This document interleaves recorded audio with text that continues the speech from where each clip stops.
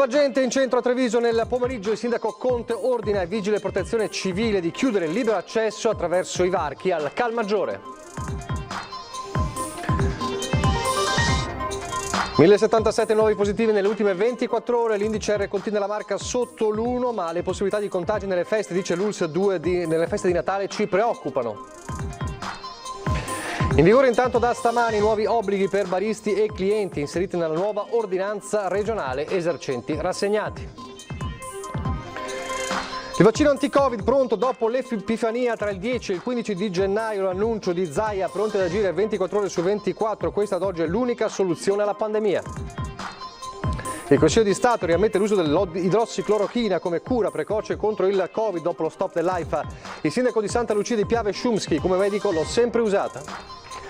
Divieto di accesso per un anno nell'area cittadina ai 5 protagonisti della rissa vicino alla loggia dei Cavalieri, per la prima volta applicata dal questore la norma che prende il nome dal ragazzo ucciso nel pestaggio di Colleferro. Controllando la loro auto, i carabinieri di Vittorio Veneto hanno trovato arnesi da scasso, ricetrasmettenti, spray urticanti e chiodi per forare pneumatici. 3 persone denunciate. In attesa del rientro a scuola a gennaio negli istituti superiori della Marca, le lezioni proseguono a distanza. Al Mazzotti, docenti in classe per fare didattica online, ma entrare nelle aule vuote, dicono, è davvero triste. Telespettatori di Antena 3, buonasera e ben ritrovati. Il telegiornale di Treviso dunque in primo piano, la decisione del sindaco nel pomeriggio, il sindaco Mario Conte, il centro storico transennato per alleggerire il flusso dei pedoni che oggi hanno preso d'assalto la via principale dello shopping. È la prima volta che viene messa in atto questa misura a Treviso. Divieto d'accesso in centro, si blocca il passaggio alle persone, la polizia municipale chiude Cal Maggiore, il corso principale della città, la via dello Struscio e dei negozi, accessibile solo dalle 7 strade laterali, il tutto per alleggerire il traffico pedonale in entrata. Un piano scattato alle 16 dopo aver monitorato grazie alle videocamere il flusso crescente delle persone che non permetteva il rispetto delle distanze di sicurezza. Si tratta di una decisione adottata dal sindaco come autorità sanitaria locale, una scelta assolutamente azzeccata in quanto dalle 16:30 abbiamo precluso il traffico nelle entrate principali della piazza di Treviso, cioè Cal Maggiore, da parte del Duomo e dalla parte di Piazza Borsa, in modo tale da alleggerire il traffico pedonale che era intenso in tutto il centro di Treviso, quindi un esperimento che decisamente è andato molto bene. Vigili all'ingresso ad indicare la via. Potete utilizzare la strada laterale qui in fondo e poi a destra. Grazie. Traffico non precluso completamente, quindi ma alleggerito per un esperimento che il sindaco annuncia sarà replicato, un pugno di ferro in programma anche per domani. In tempi normali, sottolinea Mario Conte, i sindaci lavorano per riempire le città. Mi piange il cuore aver dovuto prendere una simile decisione. Ma la salute dei cittadini e le misure di contrasto alla pandemia passano anche attraverso limitazioni e controlli. Lo avevamo già annunciato nei giorni precedenti che oggi ci sarebbero stati numerosi controlli e anche una sorta di sperimentazione. Il sindaco Conte ha deciso di partire oggi pomeriggio alle 16:30, d'altra parte il tempo faceva presupporre che oggi Treviso fosse con parecchie persone in tutto il centro. Controlli che non sono mancati in questo primo giorno in cui è entrata in vigore la nuova stretta sui bar. Oggi è entrata in vigore la nuova ordinanza regionale, 2 pattuglie hanno girato in tutti i locali pubblici esercizi per verificare che dopo le 15 tutti fossero seduti e indossando regolarmente la mascherina. Anche gli assembramenti davanti ai negozi sono stati oggetto di controlli e devo dire che anche in queste situazioni tutti si sono comportati regolarmente. E il sentore che sarebbe stata una giornata di assalto in centro c'era già stamane, proprio quando, come diceva il comandante Gallo, è scattata l'ordinanza sui bar alle 11.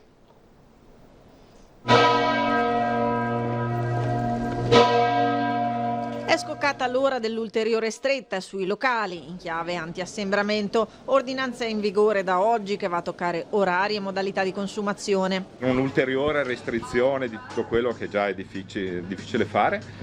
Diciamo che ne risentiranno sicuramente le caffetterie dove magari il caffè lo prendi in piedi. Noi ormai siamo abituati, ci siamo rassegnati che in piedi non si fa più, per cui è un'ulteriore restrizione e ci adatteremo anche a questo.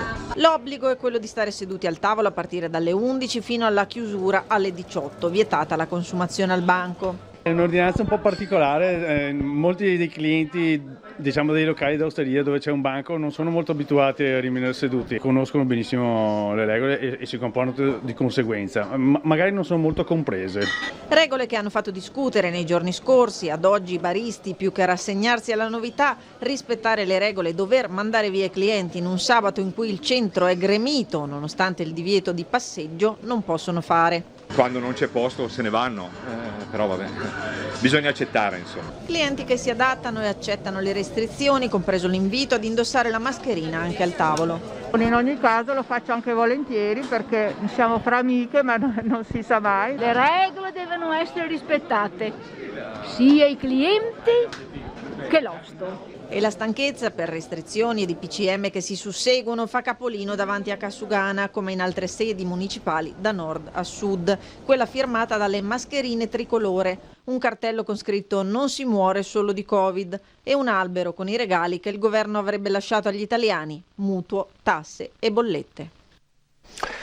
Tutto questo mentre oggi, vediamo nel bollettino velocemente dell'azienda Zero, si registrano nelle ultime ore 312 nuovi casi positivi a Treviso sui 1883 delle ultime ore, ma sommandoli al dato di stamane che era riferito alle ore della serata di ieri fa 1077 nuovi casi positivi nella Marca. È una situazione insomma che ovviamente un po' preoccupa decisamente appunto l'ULSS. È vero, tanti positivi corrisponde a tanti tamponi, l'indice R-Conti è in calo nella Marca come in Veneto e la curva dei ricoveri, sottolineato ieri da Zaia, è in forte calo a Treviso, ma quello che preoccupa l'ULSS 2 è la possibilità di contagio proprio nelle feste natalizie. L'RT nostro è basso, anche a Treviso è 0,93, quindi sotto l'1 non ci sono problemi. R-Conti nella Marca che segue l'andamento del valore veneto, in calo e comunque sotto la soglia dell'1. A questo si accompagna in provincia anche la discesa annunciata ieri dal presidente Zaia della curva dei ricoveri ospedalieri. Fondamentale resta comunque il comportamento dei cittadini, soprattutto durante le festività natalizie. Noi siamo preoccupati per il Natale perché ovviamente non ci siano grandi festeggiamenti nelle famiglie con rischio quindi di contagio interfamiliare. Perché continua a restare elevato il numero giornaliero dei nuovi positivi nel Trevigiano, dato che, spiega Benazzi, va però letto in correlazione con il numero di tamponi effettuati. Noi non ci limitiamo a tamponare la persona e il nucleo familiare lo mettiamo in isolamento, in quarantena, facciamo il tampone anche ai familiari. Sarebbe più semplice prendere e mettere in quarantena la famiglia, così non risultano positivi. E tra i nuovi positivi anche il sindaco di Castelcucco, Adriano Torresana, che ha comunicato ai suoi concittadini di aver contratto il Covid con un post su Facebook parlando di un virus subdolo che non perdona. Parole simili usate anche dall'imprenditore e dirigente di Fratelli d'Italia Luigi Susin, che sempre sui social ha annunciato l'esito positivo al tampone e ringraziato i sanitari per il lavoro svolto. Intanto ULSS 2 pronta a nuovi eventuali screening di massa come quelli organizzati a Cavaso del Tomba e Castelcucco. Faremo un incontro con i sindaci la prossima settimana appunto per capire se serve che noi facciamo uno screening anche in qualche altro comune. Siamo disponibili, ci stiamo attrezzando per farli. E poi c'è l'arma del vaccino anti-Covid. Nel pomeriggio l'incontro tra il governo e le regioni, in qualche modo anticipato stamane dal governatore Zaia. Dall'Epifania potrebbe essere pronto il vaccino anti-Covid e scatterebbe così la maxi campagna per la vaccinazione. Lo annuncia il governatore Zaia, che nelle ultime ore ha presenziato al vertice governo-regioni con il ministro della Salute Speranza e il commissario Arcuri. È questa l'unica ad oggi soluzione alla pandemia, spiega. 3 le fasi: gennaio-marzo, marzo-giugno e giugno-settembre. Le aziende farmaceutiche sono pronte e entro dicembre potrebbe esserci l'autorizzazione di EMA, l'Agenzia Europea per i Medicinali. Sembra che se il 29 accadesse questo miracolo, noi potremmo già, perché immagino che i vaccini siano già prodotti, ci siano già immagazzinati, noi siamo già organizzati, partire, ma io dico, guardate, veramente non sto scherzando l'H24, perché dovremmo cercare di buttare il cuore oltre l'ostacolo. Noi abbiamo 30.000 ospiti delle case di riposo, dai quali dobbiamo partire, che devono essere vaccinati in tempi ultra rapidi. Dobbiamo arginare questo fiume in piena, dice Zaia, poi sui contagi non ha mezzi termini. Nelle ultime 24 ore abbiamo avuto 5.098 positivi. Facendo tanti tamponi ne viene fuori che comunque positivi se ne trovano. Vuol dire che su 100 persone testate, 8,41, 8 persone e mezzo, brutto da dire, sono positive. Se non governiamo il processo, sarà il processo a governare noi, dice Zaia. Continua ad essere allarmante, intanto il numero alto di morti, 110 persone. L'assessore Lanzarini ha chiesto per lunedì, martedì uno studio anche rispetto alle mortalità per valutare anche la provenienza dei deceduti. Sono deceduti che per la maggior parte, ma non nella totalità, sono ultra ottantenni, per capire anche quanto pesano le case di riposo e l'RSA su questa partita. Allora abbiamo raggiunto telefonicamente il governatore Zaia proprio al termine dell'incontro governo-regione. Allora sentiamo cosa ci ha detto anche sulla tempistica del vaccino. È un vertice che si è concluso ovviamente con degli impegni di dare già dei dati, e noi peraltro come Veneto abbiamo già fornito sulle reali esigenze di dosi di vaccino per la prima fase, per il primo trimestre da gennaio a marzo, che dovrà vedere vaccinati ovviamente tutti gli ospiti delle case di riposo delle RSA, sono 30.000, e il personale delle case di riposo e ovviamente in primis il personale della sanità del Veneto, sono 54.000 dipendenti. In generale è bene ricordare che il vaccino sarà volontario, non obbligatorio. Ovviamente noi daremo ulteriori dati che sono stati richiesti, ovvio è che noi siamo in grado di garantire, appena arriva il vaccino, sembra che comunque alla volta della metà di gennaio sia in disponibilità delle regioni, di partire subito una campagna massiccia di vaccinazioni. Consideri che i vaccini non li compriamo noi, che tutta la regia è una regia nazionale, le regioni si mettono a disposizione per fare le vaccinazioni, noi non abbiamo neanche la possibilità di provvedere ad acquisti autonomi. Consideri che il vaccino Pfizer sembra che sarà oggetto di deliberazione, quindi di autorizzazione, se andrà tutto in porto alla volta del 29 di dicembre da parte dell'EMA, dell'autorità europea, e per quanto riguarda l'altro vaccino americano, il Moderna, sembra che EMA si esprimerà verso il 12 di gennaio. Diciamo che la primavera sarà una primavera intensa perché avremo il coronavirus, avremo la sindrome influenzale e avremo anche la più grande campagna di vaccinazione mai fatta. E la platea del Veneto in questa prima fase riguarderebbe 146.743 persone, dice l'ANSA, dopo appunto l'incontro di questa sera, di questo pomeriggio governo-regioni. E poi da ieri la notizia invece che il Consiglio di Stato ha accolto il ricorso di alcuni medici di base riammettendo l'uso della idrossiclorochina, quell'antimalarico utilizzato come cura precoce contro il Covid. Il suo uso era stato stoppato dall'AIFA, torna quindi ad essere utilizzato, e tra i primi ad usarlo il sindaco di Santa Lucia di Piave, che è anche medico, Riccardo Szumski.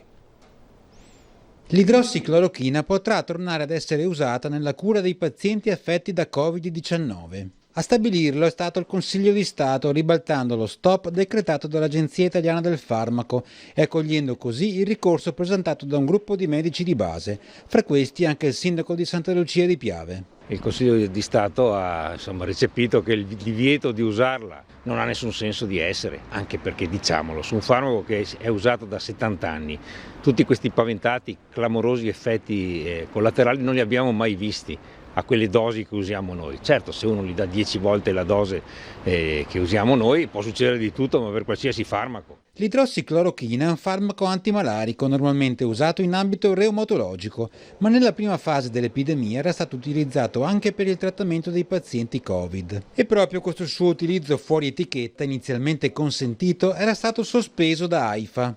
L'incertezza sull'efficacia terapeutica del farmaco, però, che aveva motivato il provvedimento dell'Agenzia, non è ragione sufficiente sul piano giuridico, si legge nella sentenza del Consiglio di Stato, a giustificare l'irragionevole sospensione del suo utilizzo da parte dei medici curanti. Io però l'ho sempre usato, perché prima viene il paziente, la salute del paziente. E il risultato è che io ho avuto nessun decesso in questi 10 mesi e solo 3 persone ricoverate e che se la sono cavata benissimo poi, quindi qualcosa vorrà dire. Mi dicono che non è uno studio certificato, però quando c'è una pandemia non si riesce a fare nessun studio certificato perché bisogna cercare di salvare i pazienti. Il ricorso all'idrossiclorochina per il Covid rimane comunque dibattuto all'interno della comunità scientifica e ad ogni modo la sua efficacia appare strettamente collegata ad una somministrazione precoce. Entro 72 ore dall'inizio dei sintomi, perché lì ha dimostrato di funzionare meglio. Certo, se lo si usa dopo 10 giorni, come lo hanno usato negli studi che lo hanno bocciato, in paziente già compromesso, con già problematiche diverse, lì non funziona. Pochi istanti di pubblicità e poi ripartiremo dalla cronaca.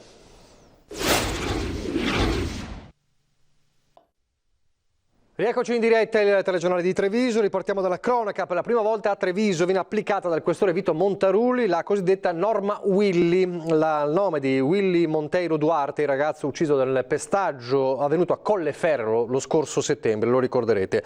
Colpiti da questo provvedimento a Treviso, provvedimento che prevede il divieto di accesso nell'area cittadina per la durata di un anno, sono i 5 cittadini cingalesi protagonisti del violento pestaggio avvenuto il 28 novembre scorso nelle vicinanze di un bar adiacente alla Loggia dei Cavalieri, quindi la prima applicazione della norma Willy. Blitz invece dei Carabinieri di Vittorio Veneto che durante un controllo in un'auto hanno trovato arnesi da scasso, 3 ricetrasmittenti, una bomboletta di spray urticante, 10 chiodi per foratura pneumatici, una bombola di miscela ossigeno azoto, una pistola d'aria compressa, 4 ricariche d'aria e 42 pallini in gomma, insomma un arsenale per furti e rapine. 3 le persone denunciate appunto ieri sera, tutti pregiudicati, un 38enne e un 34enne di Follina e una 30enne di Nervesa della Battaglia. Torniamo invece adesso nel capoluogo della Marca con la polemica che resta forte tra il sindaco di Treviso, Casugana, e il presidente della Camera di Commercio, Pozza. È destinato a diventare la querella di questo fine 2020 lo scambio di battute, al momento solo a distanza, tra il sindaco di Treviso Mario Conte e il presidente della Camera di Commercio Mario Puzza. L'oggetto del contendere è sempre OGD, l'organizzazione di gestione della destinazione turistica Città d'Arte Ville Venete del Trevigiano, organismo istituito con legge regionale e deputato a fare sintesi pubblico e privato. Una polemica ulteriormente alimentata da quanto accaduto ieri nella riunione subito sospesa della cabina di regia della stessa OGD.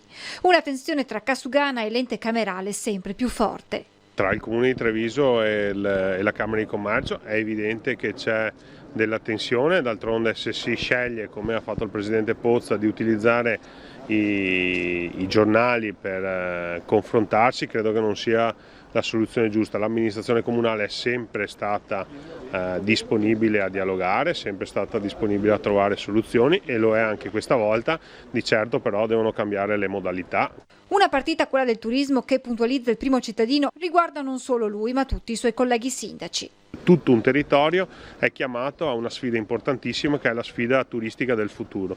Abbiamo oggi come partner e gestore la Camera di Commercio, credo che sia necessario un confronto per capire le progettualità e le modalità di gestione di questa struttura, perché se, come è emerso, ci sono dei mal di pancia da parte dei sindaci, è evidente che qualcosa deve cambiare. Pozza, che ieri attraverso una nota aveva parlato di una lettera inviata lo scorso 20 novembre al Comune con tutte le criticità, sottolineando che erano perplessità condivise anche dalle categorie economiche del territorio. Parlare di turismo senza il sostegno dei sindaci credo che sia abbastanza penalizzante. A questo punto sembra quanto mai fondamentale un confronto per cercare di ricucire uno strappo che con il passare dei giorni diventa sempre più profondo. Mi spiegherà quali sono le lamentele che lui manifesta nei confronti della mia amministrazione e ci confronteremo. La scuola e il Covid in attesa del rientro a gennaio. Negli istituti superiori della Marca le lezioni proseguono, come sapete, a distanza. Al Mazzotti docenti in classe per fare la didattica online, ma entrare nelle aule vuote, ci raccontano, è davvero triste.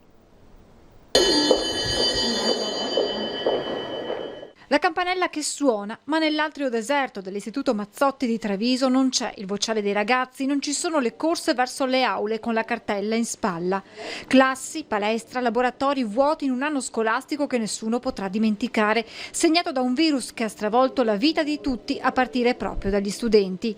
Qui, come negli altri istituti superiori, le lezioni proseguono a distanza e, come nel caso del Mazzotti, la dirigente scolastica ha chiesto ai docenti di continuare la didattica, seppur online, a scuola.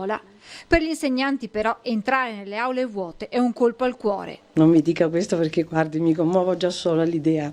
La voce che si incrina, l'emozione che si fatica a contenere. Difficile per gli insegnanti abituarsi a questa distanza fisica dai propri ragazzi. Fare scuola in un'aula che è vuota, dove peraltro osservi il banco su cui è stata dimenticata una sciarpa o anche una matita, fa veramente tristezza.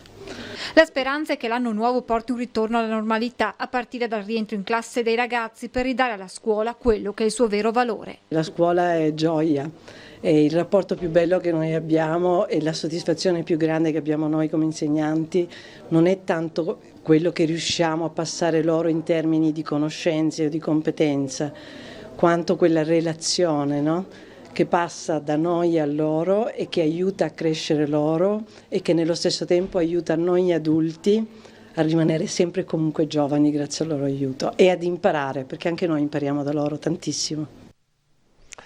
3.000 piantine, le stelle di Natale regalate a medici e operatori sanitari della provincia, l'iniziativa di solidarietà per dire grazie a chi è sempre, anche ora, in prima linea.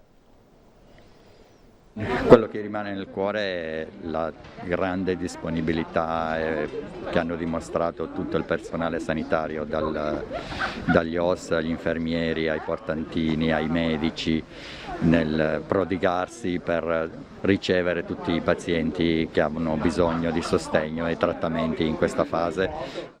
Purtroppo anche oggi quello che ci resta di più nel cuore è il dover restituire gli affetti personali ai parenti senza potergli restituire la persona cara. Ed è un momento molto difficile per noi e per le famiglie che raccolgono quel poco che è rimasto. E a loro e a tutti gli operatori sanitari della provincia di Treviso, per i quali un grazie è troppo poco e un abbraccio non si può, che viene regalato da Savno, questo fiume di speranza. 3.000 stelle natalizie, una scia rossa che parte dal Cafoncello e prosegue negli altri distretti sociosanitari. Loro ci sono H24 sempre, ci sembrava un pensiero giusto, un pensiero gentile da parte di Savno. Queste piante che per noi nascono sempre dall'azione solidale, perché nascono dalla gestione dei rifiuti con il calore che produciamo nei nostri impianti, con il compost che produciamo nei nostri impianti nascono queste piante, queste stelle di Natale, un segno di speranza. Generosità, colore e solidarietà che si rinnovano rispetto alla prima ondata in cui erano state donate le orchidee, così come si rinnovano le raccomandazioni per le festività imminenti. L'appello è: fateci un regalo per Natale, state a casa. Adesso le notizie dal Bellunese.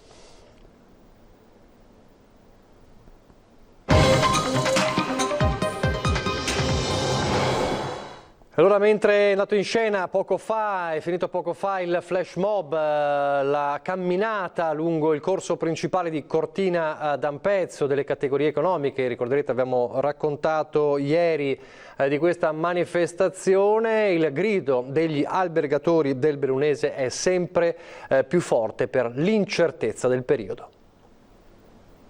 Ormai non più solo un rischio quanto un pericolo concreto, le incertezze causate dalle norme anti-Covid rischiano di decimare il settore alberghiero bellunese alla vigilia del clou della stagione invernale.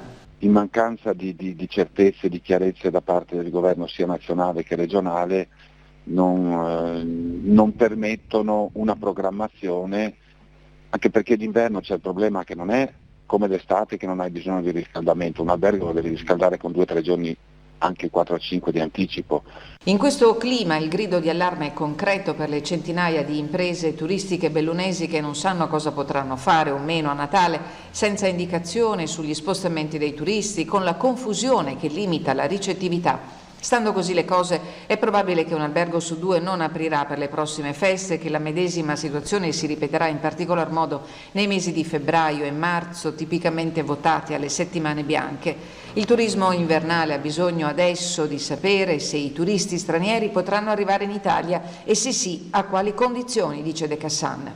L'augurio forse è quello di aver fiducia, di tener duro, perché sicuramente passerà. Per ora resta solo rabbia e attesa dei ristori sui quali al momento non ci sono garanzie e per una robusta defiscalizzazione richiesta per dare ossigeno al settore e permettere che questo possa ripartire quando vi saranno le condizioni. E poi c'è tutto il fronte scuola, attualmente 39 le classi in isolamento fiduciario e il Covid frena anche molte iniziative volte ad avvicinare gli studenti al mondo delle imprese, ma ci sono degli esempi lungimiranti. Sono 39 solo nell'ultima settimana le classi in isolamento e prese in carico dal team scuola del Dipartimento di Prevenzione, che attualmente ne sta seguendo 65, 11 in meno rispetto a 7 giorni fa, 433 il numero di classi seguite dall'avvio del nuovo anno scolastico. Il report di Ulse Dolomiti fa il punto sulla tipologia delle classi interessate da casi di positività al Covid-19. Sono 9 nell'infanzia, 24 nella primaria, 26 nella secondaria di primo grado, 5 nella secondaria di secondo grado e una classe di studenti di una scuola media che fa un laboratorio pomeridiano. Circa 20 classi su 39 finiranno il loro isolamento lunedì prossimo. La chiusura delle scuole per l'allerta meteo e il Ponte dell'Immacolato hanno portato al giorno 4 di dicembre la data dell'ultimo contatto e perciò per lunedì prossimo sono state organizzate sedute di tamponi aggiuntive per la conferma dell'uscita dall'isolamento.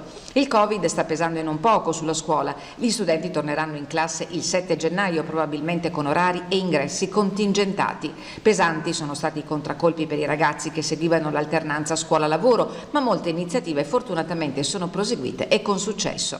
Cito fra tutti il progetto per le occhialerie, che ha coinvolto un centinaio di studenti delle scuole medie della provincia e che aveva l'obiettivo proprio di far conoscere a questi ragazzi il mondo dell'occhialeria e le opportunità che ci sono nelle nostre aziende proprio per orientarli a delle scelte future. Hanno resistito ai blackout di Vaia e alla pandemia i 26 allievi del biennio dell'ITS Academy, che venerdì prossimo riceveranno il diploma in diretta nelle aree social di Certottica. La classe taglierà il traguardo finale e presenterà al pubblico le collezioni realizzate nei 2 anni di corso e i prototipi finali.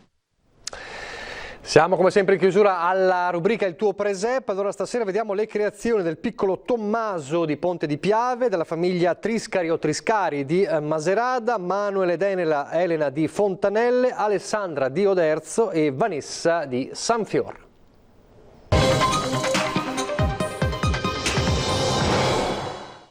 Ciao, mi chiamo Tommaso e abito da Ponte di Piave a 4 anni. Questa casetta l'ha fatto il nonno e questo presepe l'ho fatto io, la mamma, il papà e tutti i nonni. Ciao, buone feste.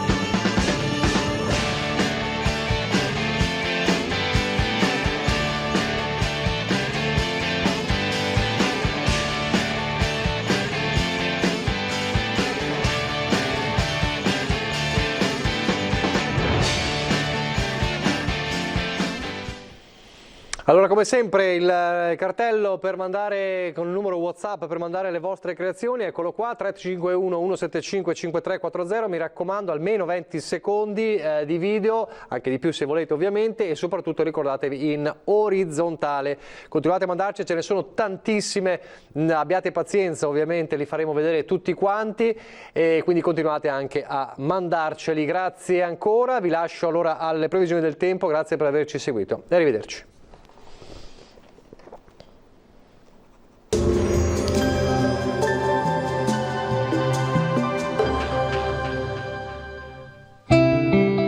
Il cuore vive finché ha qualcosa da amare, così come il fuoco avrà qualcosa da bruciare.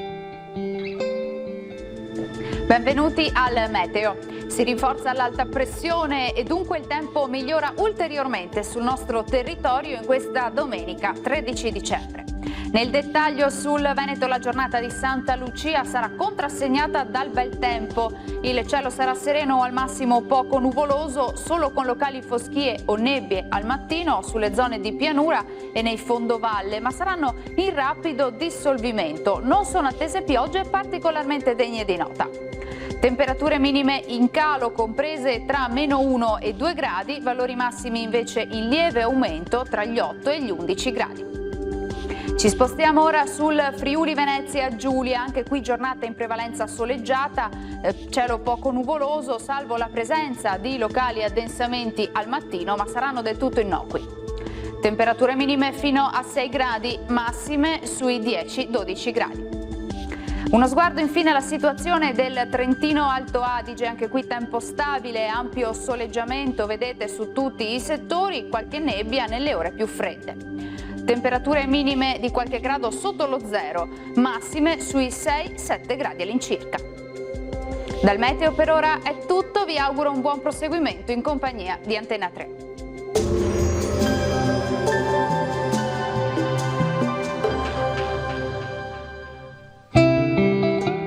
Il talento è scintilla, il genio, fiamma.